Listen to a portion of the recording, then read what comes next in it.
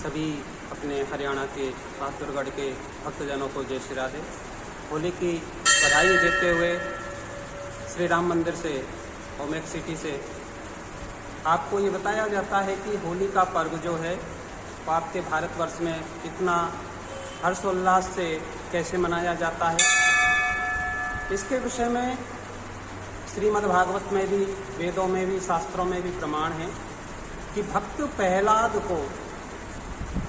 बचाने के लिए नरसिंह भगवान प्रकट हुए, क्योंकि जो होलिका थी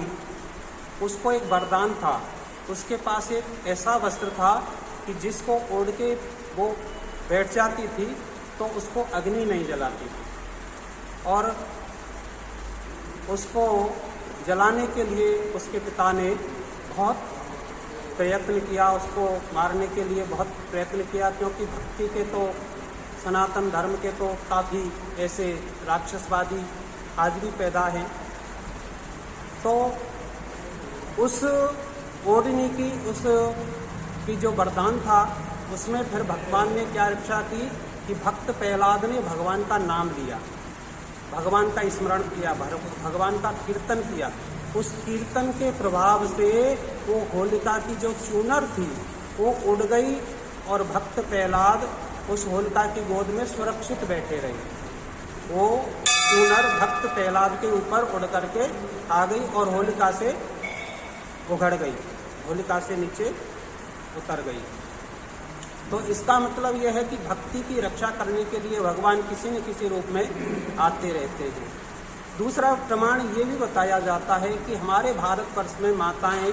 जो अभी पूजा कर रही हैं, अभी बताएंगे आपको, यहाँ होलिका का बहुत अच्छा उत्सव मन रहा है शाम को 7 बजे। तो यहाँ जो पूजन किया जा रहा है घर घर से, तो यहाँ गोबर की जो छोटी छोटी बिलोरियाँ लाके इसमें अग्नि में डाल रहे हैं। तो ये सोच के लाती हैं कि हमारे घर से बुराइयाँ, जो साक्षात अग्नि का स्वरूप क्रोध है, काम है, लोभ है, मोह है, उसको हम इस होलिका में आकर के और जला दें और हमारे घर में हमेशा के लिए रिद्धि सिद्धि, सुख समृद्धि, शांति बनी रहे, बुराइयाँ हमारी इस होलिका में जल जाए। तीसरा, ये उत्सव हमारे लिए प्रेम भरा होता है कि बुराइयों को त्याग करके, राग द्वेष को त्याग करके हर किसी से मिलने का, जुड़ने का और इस याद को, भाईचारे को ताज़ा करने का गुलाल लगा करके और हम इसको ताज़ा करते हैं। इस तरह का हमारे भारतवर्ष में, वेदों में, शास्त्रों में होलिका का वर्णन बताया गया है। आदि आप सब लोग इसको प्रत्येक वर्ष अपने इष्टों को, पितरों को और सभी को मनाते हुए आज के दिन, वेदों ने, शास्त्रों ने ये भी बताया गया है कि आज के दिन रात्रि में जो भी भगवान का नाम, इष्ट का नाम या अपनी मंत्र शक्ति के द्वारा कोई भी साधना करना चाहता है तो वो साधना तत्काल सिद्ध होती है, ऐसा बताया गया है। में आप सब भक्तजन अपना जो भी गुरुदेव का नाम है या मंत्र है या कोई भी साधना करना चाहते हैं तो उसको आप एक दीपक जला करके और आसन लगा करके, एक गंगा जल का पात्र, लोटा रख करके, और आप उसको जितना ज़्यादा से ज़्यादा जाप करेंगे वो साधना आपकी तत्काल सिद्ध होगी